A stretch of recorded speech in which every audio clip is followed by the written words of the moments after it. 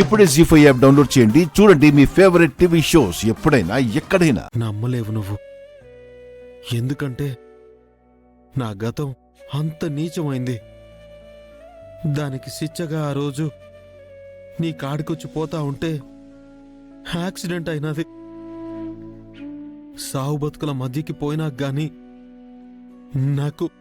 నాకు నేను చేసిన పాపాలు నాకు తెలియలేదు.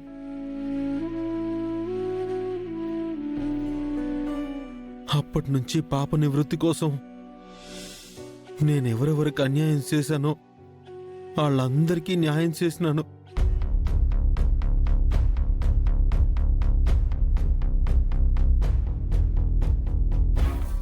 కానీ నీ ఒక్కదానికి నన్ను న్యాయం చేయలేదనే బాధతో ఇట్టా అన్ని గుళ్ళు పట్టుకుని తిరుగుతూ భగవద్గీత చదువుతూ దైవారాధన చేసుకుంటూ బతుకుతున్నాను. మేం నీకెంత ద్రోహం చేసినాము.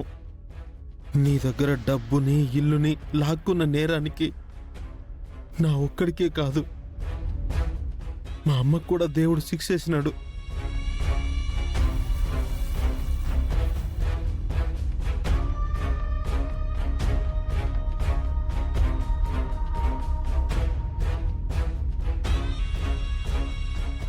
చూడు,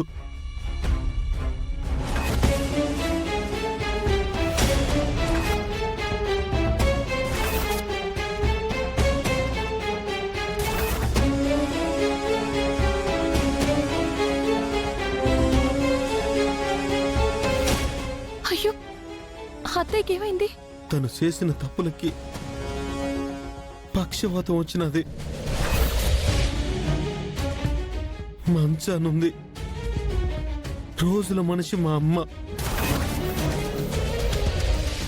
ఎప్పుడూ త్రిపురని చూడాలి, తాతయ్యని చూడాలని కలవరిస్తూ ఉండేది.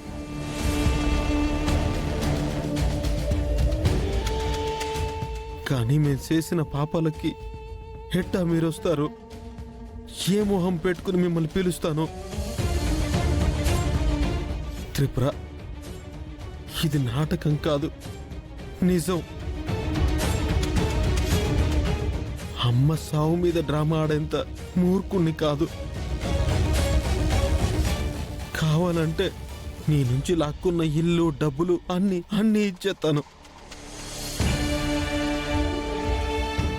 కానీ నాకు చిన్న సాయం చేస్తావా? ఒక్కసారి మా అమ్మని చూడ్డానికి వస్తావా?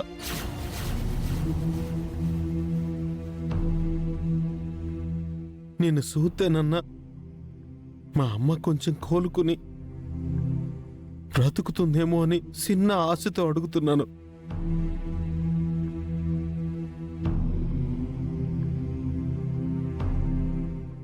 నా కోసం ఈ భూమి మీద మిగిలింది ఒక్క అమ్మ. తనని రక్షించుకుందామని అడుగుతున్నాను గాని మరింకేటీ కాదు.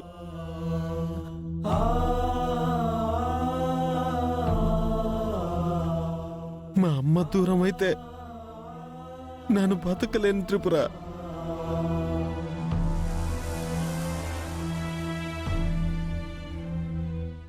జీ5 యాప్ డౌన్లోడ్ చేసి అన్ని ఎపిసోడ్స్ పూర్తి ఉచితంగా చూడండి.